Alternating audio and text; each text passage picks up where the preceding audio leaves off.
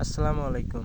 আজকের ভিডিওটা solar fan এবং চার্জার ফ্যান নিয়ে বিস্তারিত থাকবে। বর্তমানে সবার বাড়িতেই কম বেশি হোক সবার বাড়িতেই সোলার সেটআপ রয়েছে। অনেকেই ইউজ করেন চার্জার ফ্যান, সোলার ফ্যান ইত্যাদি ফ্যান। এসব ফ্যানের সার্কিট নষ্ট হলে পুনরায় কিনতে হয় বাজার থেকে 400 থেকে 500 টাকা দিয়ে।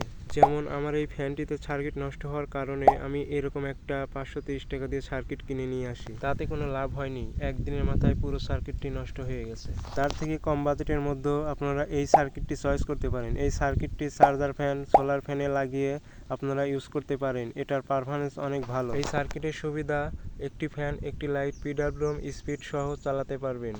আরেকটি মজার বিষয়, এই সার্কিটে 7 সেগমেন্ট ডিসপ্লে থাকায় ফ্যানের স্পিড 1 থেকে 9 পর্যন্ত দেখতে পাবেন। এই সার্কিটটি কন্ট্রোল করার জন্য রয়েছে বাজারে সবচাইতে কম দাম 25-in-1 রিমোট। এই রিমোট দিয়ে আপনারা কন্ট্রোল করতে পারবেন। সাথে 3টা ম্যানুয়াল বাটন দেওয়া আছে, চাইলে বাটন থেকেও অন অফ করতে পারবেন, স্পিড কমাতে পারবেন। এখন সার্কিটের কাজের ভিডিও দেওয়া হলো, আপনারা দয়া করে একটু কষ্ট করে দেখে নিন। আমার কাছে 25-in-1 রিমোট না থাকায় আমি মোবাইলে অ্যাপস নামিয়ে কাজ করে দেখিয়েছি।